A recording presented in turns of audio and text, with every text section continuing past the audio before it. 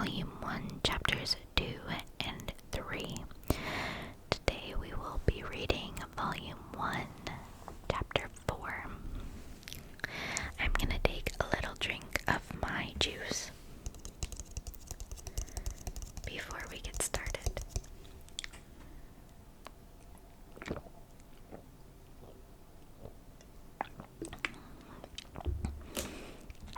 And I'll apologize in advance if you either A, hear my animals, or B, hear my stomach growl.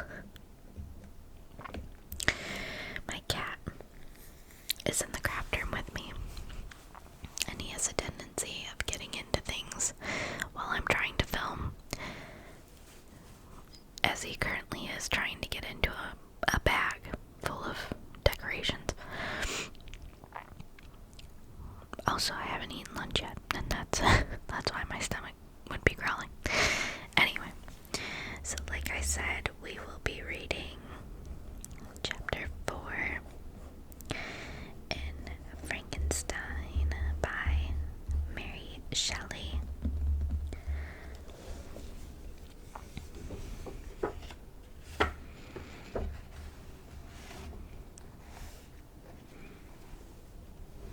Okay. Chapter 4.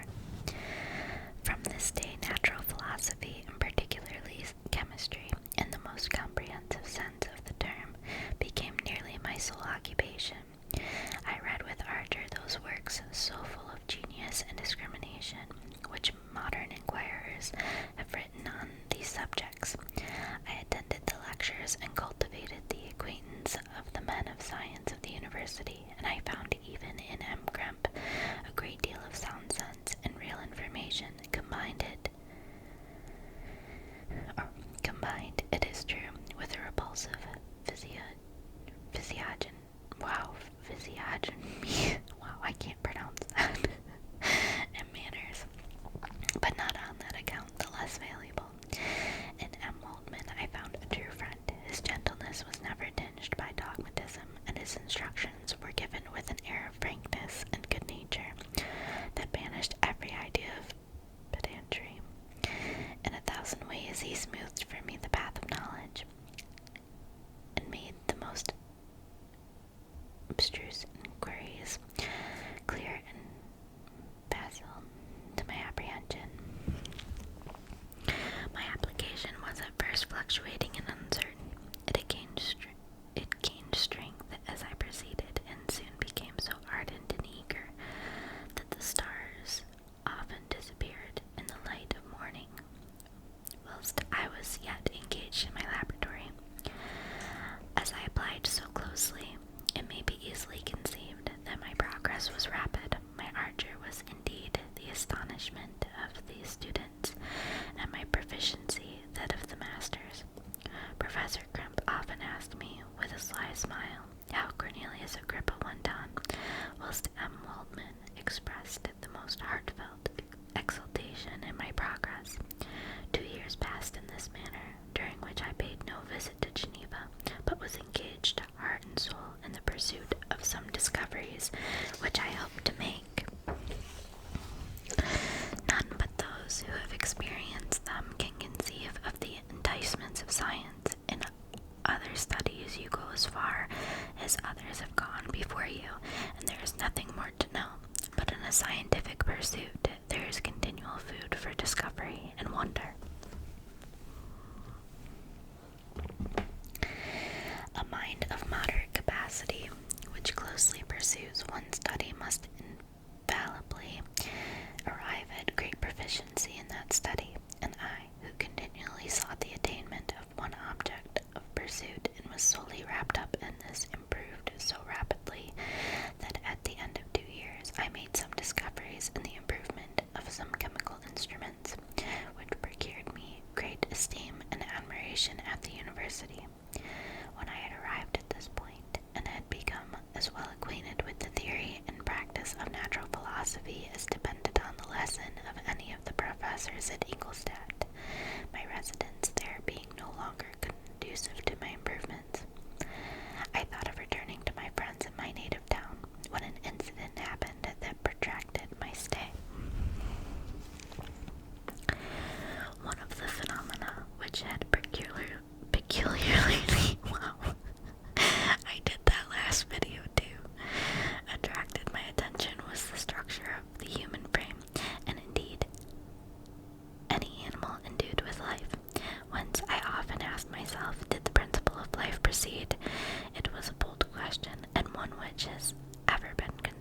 mystery.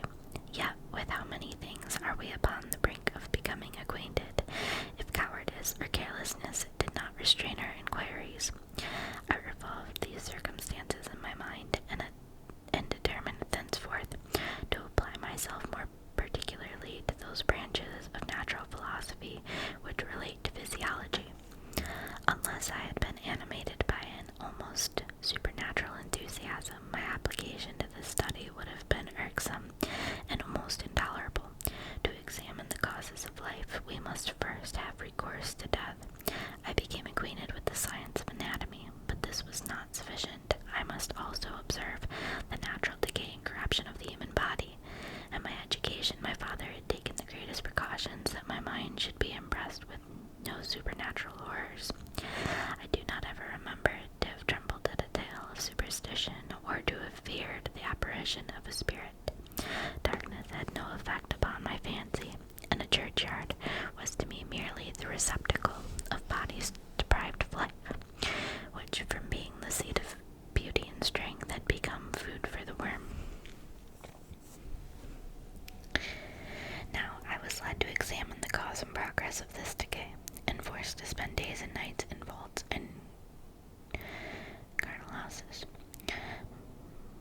My attention was fixed upon every object the most insupportable to the delicacy of the human feelings. I saw how the fine form of man was degraded and wasted. I beheld the corruption of death succeeding the blooming cheek of life. I saw how the worm inherited the wonder of the eye and the brain. I paused, examining and analyzing all the minutiae of causation as exemplified in the change from life to death and death to life, until from the midst of this darkness a sudden light broke in upon me, a light so brilliant and wondrous, yet so simple, that while I became dizzy with the immensity of prospect which it illustrated, I was surprised that among so many men of genius, who had directed their inquiries towards the same science, that I alone should be reserved to discover so astonishing a secret. Remember, I am not recording the vision of a madman. The sun does not more certainly shine in the heavens than that which I now affirm is true. Some miracle might have produced it, yet the stages of discovery were distinct and probable. After days and nights of incredible labor and fatigue, I succeeded in discovering the cause of generation in life. Nay, more, I became myself capable of bestowing animation upon lifeless matter. The astonishment which I had at first experienced on this discovery soon gave place to delight and rapture. After so much time spent in painful labor, to arrive at once at the summit of my desires was the most gratifying consummation of my toils. But this discovery was so great and overwhelming that all the steps by which I had been progressively led to it were obliterated, and I beheld only the results. What had been the study and desire of the wisest men since the creation of the world was now within my grasp. Not that, like a magic scene, it all opened upon me at once. The information I had obtained was of a nature rather to direct my endeavors so soon as I should point them toward the object of my search, than the exhibit that object already accomplished. I was like the Arabian who had been buried with the dead, and found passage to life, aided only by one glimmering and seemingly ineffectual light. I see by your eagerness and the wonder and hope which your eyes express, my friend, that you expect to be informed of the secret with which I am acquainted. That cannot be. Listen patiently until the end of my story, and you will easily perceive why I am reserved upon that subject. I will not lead you on unguarded and ardent as I then was, to your destruction and infallible misery.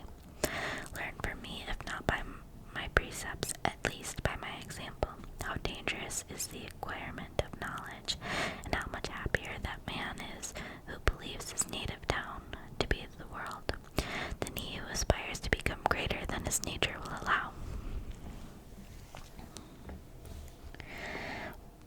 When I found so astonishing a power placed within my hands, I hesitated a long time concerning the manner in which I should employ it.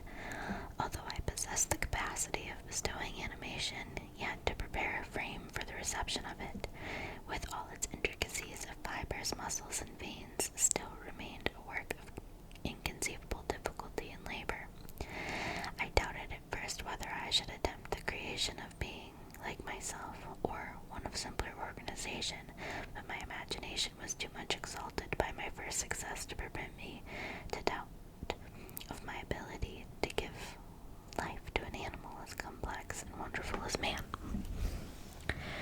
The materials at present within my command hardly appeared adequate to so arduous an undertaking, but I doubted not that I should ultimately succeed. I prepared myself for a multitude of reverses. My operations might be incessantly baffled, and at last my work be imperfect. Yet, when I considered the improvement which every day takes place in science and mechanics, I was encouraged to hope my present attempts would at least lay the foundations of future success.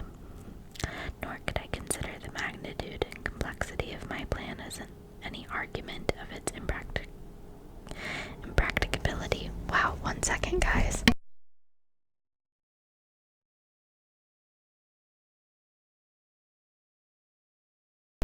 It's not garbage day, so I'm not really understanding why there's such loud trucks on my street. And my refrigerator kicked on, so I apologize. Anyway, now I need to go back because I lost my spot. The materials at present within my command hardly appeared adequate to so arduous an undertaking, but I doubted not that I should ultimately succeed. I prepared myself for a multitude of reverses. My operations might be incessantly baffled, and at last my work be imperfect. Yet, when I considered the improvement which every day takes place in science and mechanics, I was encouraged to hope my present attempts would at least lay the foundations of future success. Nor could I consider the magnitude and complexity of my plan as any argument of its impracticability. It was with these feelings that I began the creation of a human being. As the minuteness of the parts formed a great hindrance to my speed, I resolved, contrary to my first intention, to make the being of gigantic stature, that is to say, about 8 feet in height and proportionably large. After having formed this determination, and having spent some months in successfully collecting and arranging my materials, I began. No one can conceive the variety of feelings which bore me onwards like a hurricane in the first enthusiasm of success. Life and death appeared to me ideal bounds, which I should first break through and pour a torrent of light into our dark world. A new species would bless me as its creator and source, and many happy and excellent natures would owe their being to me. No father could claim the gratitude of his child so completely as I should deserve theirs. Pursuing these reflections, I thought that if I could bestow animation upon a lifeless matter, I might, in process of time, although I now found it impossible, renew life where death had apparently devoted the body to corruption. These thoughts supported my spirits while I pursued my undertaking with unremitting ardor. My cheek had grown pale with study, and my person had become emaciated with confinement. Sometimes, on the very brink of certainty, I failed, yet still I clung to the hope which the next day or the next hour might realize. One secret which I alone possessed was the hope to which I had dedicated myself, and the moon gazed on my midnight labors while, with unrelaxed and breathless eagerness, I pursued nature to her hiding places. Who shall conceive the horrors of my secret toil as I dabbled among the unhallowed damps of the grave, or tortured the living animal to animate the lifeless clay? My limbs now tremble and my eyes swim with remembrance, but then resistless and almost frantic impulse urged me forward. I seemed to have lost all soul or sensation, but for this one pursuit. It was indeed but a passing trance that only made me feel with renewed acuteness so soon as the unnatural stimulus ceasing to operate. I had returned to my old habits. I collected bones from carnal houses and disturbed with profane fingers the tremendous secrets of the human frame. In a solitary chamber, or rather cell, at the top of the house, separated from all the other apartments by a gallery and staircase. I kept my workshop of filthy creation. My eyeballs were starting from their sockets and attending to the details of my employment. The dissecting room and the slaughterhouse furnished many of my materials, and often did my human nature turn with loathing from my occupation, whilst still urged on by an eagerness which perpetually increased. I brought my work near to a conclusion. The summer months passed while I was thus engaged, heart and soul, in one pursuit. It was a most beautiful season. Never did the fields bestow a more plentiful harvest, or the vines yield a more luxuriant vintage. But my eyes were insensible to the charms of nature, and the same feelings which made me neglect the scenes around me caused me also to forget those friends who were so many miles absent, and whom I had not seen for so long a time. I knew my silence disquieted them, and I well remembered the words of my father. I know that while you are pleased with yourself, you will think of us with affection, and we shall hear regularly from you. You must pardon me if I regard any interruption in your correspondence as a proof that your other duties are equally neglected. I knew well, therefore, what would be my father's feelings, but I could not tear my thoughts from my employment, loathsome in itself, but which had taken an irresistible hold of my imagination. I wished, as it were, to procrastinate all that related to my feelings of affection until the great object, which swallowed up every habit of my nature, should be completed. I then thought that my father would be unjust if he ascribed my neglect to vice or faultiness on my part, but I am now convinced that he was justified in conceiving that I should not be altogether free from blame. A human being in perfection ought always to preserve a calm and peaceful mind, and never to allow passion or transitory desire to disturb his tranquillity. I do not think that the pursuit of knowledge is an exception to this rule. If the study to which you apply yourself has a tendency to weaken your affections and to destroy your taste for those simple pleasures in which no alloy can possibly mix, then that study is certainly unlawful, that is to say, not befitting the human mind.